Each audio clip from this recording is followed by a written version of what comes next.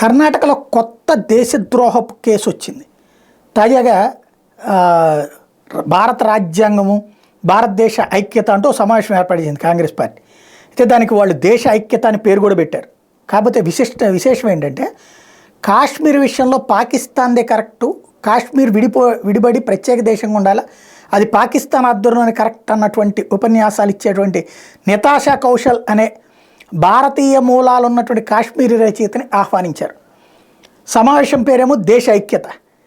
అయితే ఈవిడ లాంటి వాళ్ళని అంటే దేశ విభజన కుట్రలు చేసే వాళ్ళని తీసుకొచ్చి దాంట్లో అంటే కాశ్మీర్కి స్వతంత్ర ప్రతిపత్తి కావాలని కోరుకునే అమ్మాయిని తీసుకొచ్చి, రచయితను తీసుకొచ్చి దేశ ఐక్యత సమావేశాలు పెట్టడం అంటే రాబోయే రోజుల్లో సోరోస్ చెప్పేటటువంటి ఫార్ములా ఇదేనా? ఈశాన్య రాష్ట్రాన్ని ఈ దేశం నుంచి ముక్కలు చేసేసి, కాశ్మీరాన్ని ఈ దేశం నుంచి ముక్కలు చేసేసి, రేపు మాపు ఇదే కరెక్ట్ అయితే దక్షిణాదిని ఒక ముక్కలు చేసేసి, చివరికి ఈ దేశాన్ని ముక్కలు చేయడానికి జరిగేటటువంటి కుట్రలో సోరోస్ కుట్రకి భారతదేశాన్ని బలి చేయబోతున్నారన్నదే సందేహం.